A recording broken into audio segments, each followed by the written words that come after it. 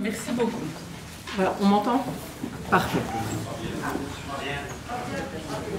Je vais essayer de parler un peu plus fort. Voilà.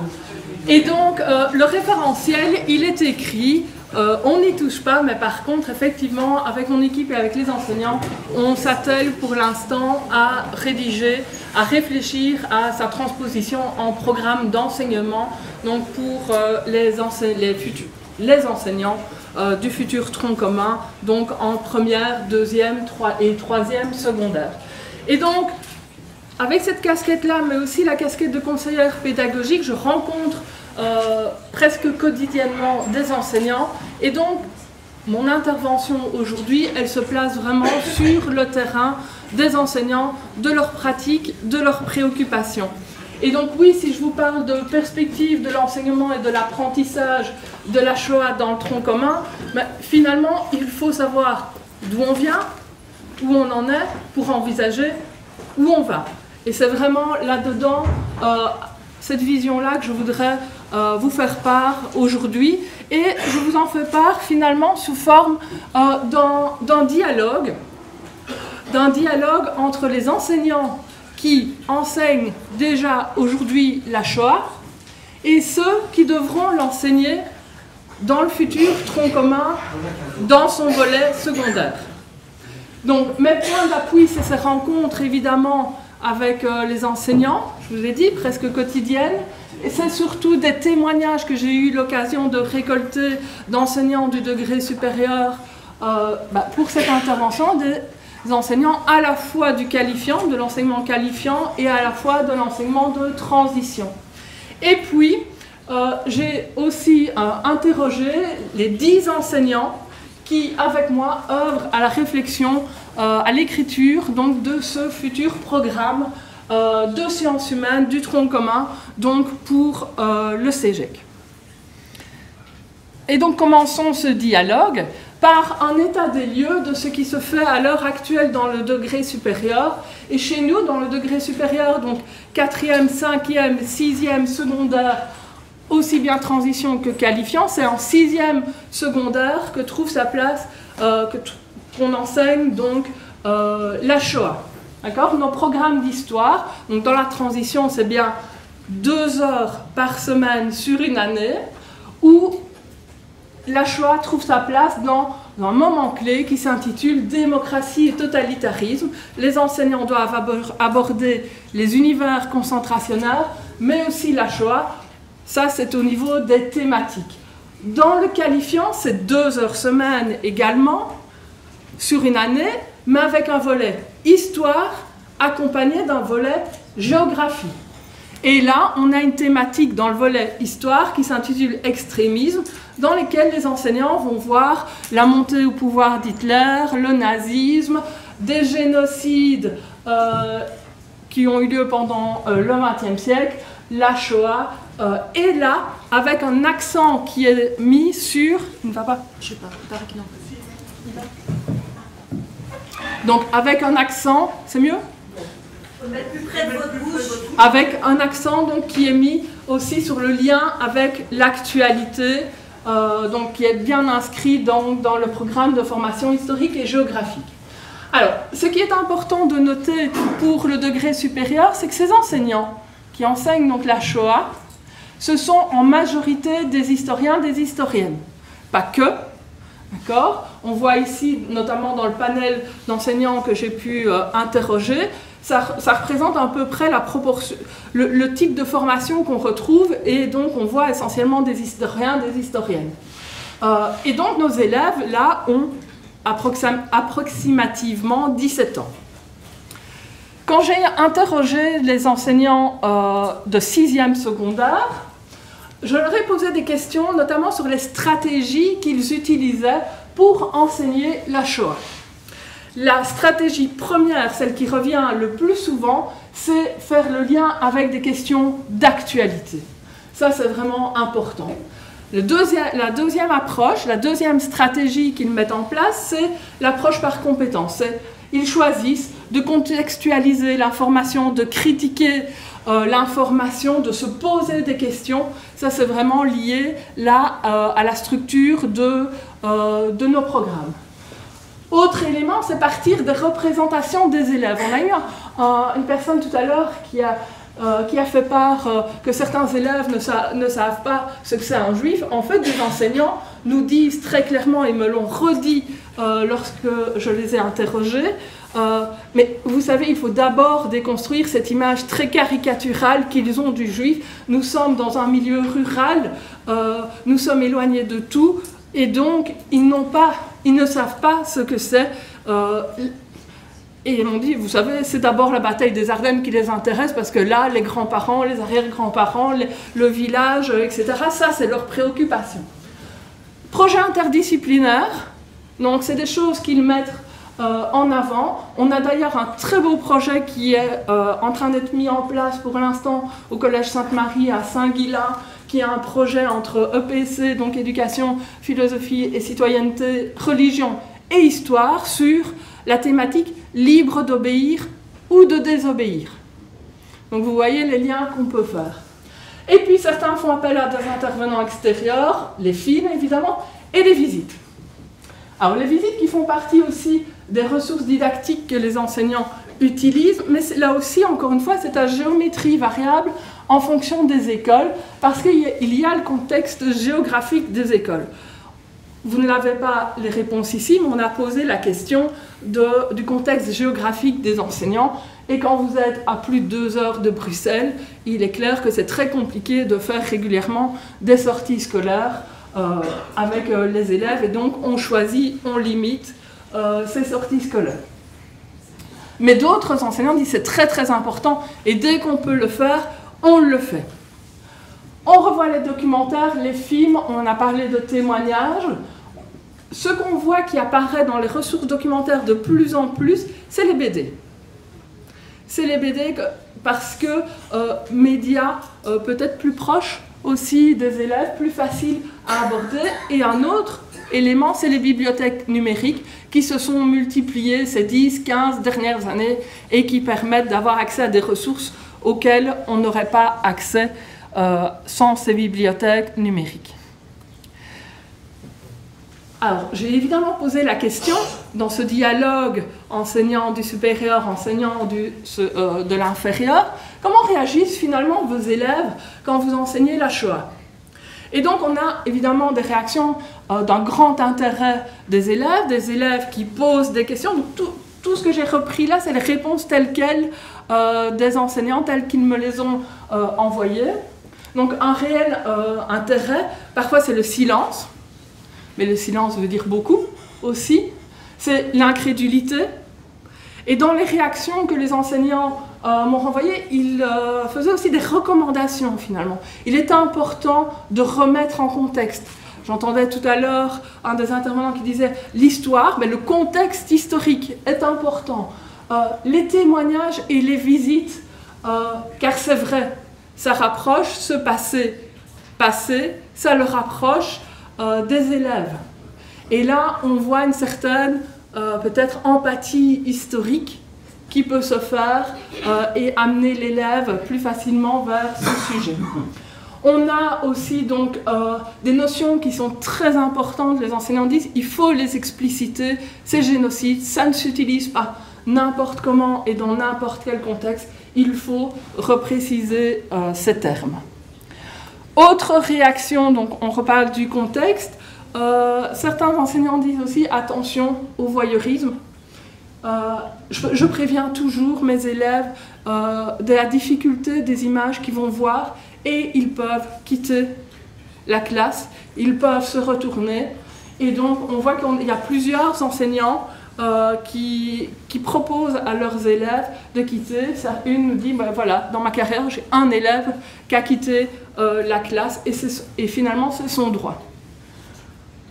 D'autres, pour finir dans les réactions, on remarque aussi parfois une certaine lassitude quand le sujet revient trop souvent. Et donc là, l'enseignant disait, M. Kotek parlait tout à l'heure de comparaison entre génocides. Ben voilà, c'est quelque chose que les enseignants font pour remettre notamment en perspective historique certains génocides. Et cette année-ci, le génocide des Tutsis au Rwanda semble particulièrement y trouver sa place. Et puis, sans grand étonnement, vous retrouvez aussi certaines réactions plus en opposition des élèves, mais je vous avoue que dans les retours, ces réactions étaient assez peu nombreuses, et certains enseignants me disent « mais moi je démarre ma carrière d'enseignant, je ne sais pas quoi faire, comment réagir face à ces réactions ». Autre question qui leur ont été posées, c'est finalement, quel conseil vous donneriez à vos collègues qui vont, dans quelques années, donc en septembre 2028, donner ce cours sur la Shoah? Voilà une dizaine de conseils que les enseignants donc de 6e secondaire donnent virtuellement à leurs collègues. Et donc c'est à peu près tout ce que je viens de vous dire, pardon. De travailler la trace, de travailler le cadre historique, la critique de l'information, partir de l'actualité, comparer, remettre en contexte, se coordonner avec ses collègues, coordination verticale, se former, lire, visiter, devenez des passeurs de mémoire. Et puis, un petit focus sur la dernière, prendre le temps pour enseigner un sujet dans des conditions sérieuses qu'il mérite. Ça, c'était donc les conseils des collègues de 6e secondaire. On a maintenant donc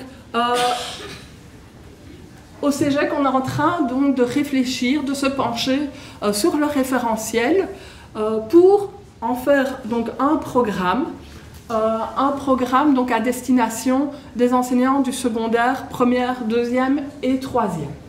Donc les enseignants qui enseignent pour l'instant en sciences humaines en première, deuxième, troisième, ils enseignent quoi? L'étude du milieu ou l'histoire en troisième secondaire. On a peu, voire pas, d'historiens. On a essentiellement des AESI sciences humaines. Ces programmes d'études du milieu, donc c'est un enseignement d'histoire et de géographie pour un volume de 4 heures semaine, sont basés sur le référentiel des socles de compétences. Dedans, on n'y retrouve rien, pas la moindre mention de la Shoah. Le seul élément, c'est que les élèves doivent connaître guerre 40-45. C'est dans les savoirs. Aujourd'hui, avec le référentiel donc, de 2022, le nouveau référentiel pour le tronc commun, donc référentiel de formation historique, géographique, économique et sociale, on a bien 4 volets. L'histoire est un volet de ce référentiel. En troisième secondaire, la ligne directrice, le fil rouge, le fil conducteur de cette troisième secondaire, les enseignants devront finalement enseigner les relations entre citoyens et citoyennes et l'État, de la démocratie athénienne au totalitarisme nazi, en passant par l'Ancien Régime, l'État belge, le régime colonial belge en Afrique centrale et, je l'ai dit, le totalitarisme nazi. Donc on a une étude sur le temps long. D'accord ? Dans ce volet histoire de cette troisième année, on met l'accent sur les discriminations, les acteurs, facteurs de changement et les héritages. Si on ouvre le référentiel dans son volet histoire, on a des pages sur les savoir-faire et les compétences qui, là, pour faire très bref, s'orientent sur la critique historique, la contextualisation et la mise en perspective historique. Donc, c'est des choses que les élèves en troisième devront être capables de faire.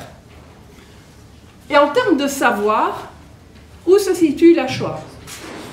Parce que le référentiel, il dit ce que les élèves doivent être capables de faire et de connaître. Et donc, en termes de savoir, ce que les élèves doivent connaître se situe dans le 5e moment clé, le Troisième Reich, je vais le dire plus près de moi, une négation de la démocratie.